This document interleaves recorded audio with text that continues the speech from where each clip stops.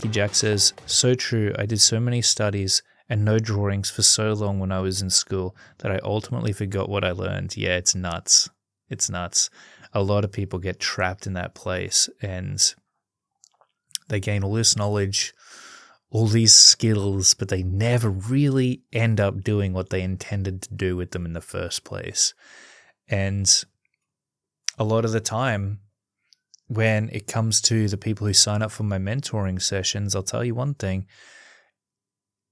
Even if they think they need to improve more in the fundamentals, improve more in anatomy, improve more in proportions, improve more in perspective and form and whatnot, a lot of the time, that's not it at all. They're fine.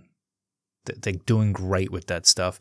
What they don't have is a portfolio of work that they've created with that knowledge. And that's the problem. They're wondering where to go next. And it's just like, well, buddy, the rubber needs to meet the road at some point. You need to do with something with all this stuff that you've learned, right? You can't just keep drawing figure drawings for your entire career. And there's going to be a learning curve with applying those fundamentals within the context that you intended to use them in. Because drawing characters in proportions for a character design is different to drawing characters in proportion for a comic book page.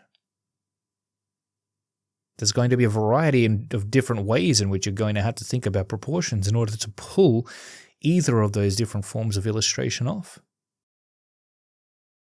That's something that you can't learn without actually going through the process of creating an illustration of some kind with those skills. I know it's intimidating and it's scary. Do you know why it's so intimidating and it's scary?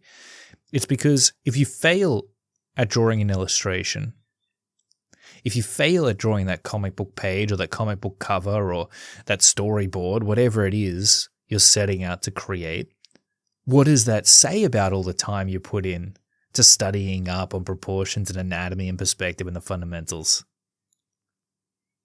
We don't want to. We want to know that we're able to create perfect illustrations by the time we get to the point of actually creating them, but that's just unrealistic. It's never going to happen. I hate to break it to you. You're going to have to learn about the fundamentals, how to create a solid foundation for your illustration, and then you're going to need to learn how to implement it. And you need both. You can't have one without the other. That's a lot of people don't realize that because it's not taught, because you won't find that little gem of knowledge within a course, within a class. Because they always give you the basics, but very rarely do they give you the opportunity to indulge in the experience of actually creating something with it. The rubber to the road portion of it. How do you apply this stuff now? They leave that part out. That's why I love workshops. Okay, one of my most favorite websites that I subscribe to is the Gnome One Workshop, because they have professional artists on there that are creating a piece of work and they're walking you through what's going through their head, the considerations that they're making that go far and beyond whatever fundamentals they learned about in order to be able to pull it off. And that's the missing component that many of us don't have direct access to, unfortunately, because it's not emphasized enough.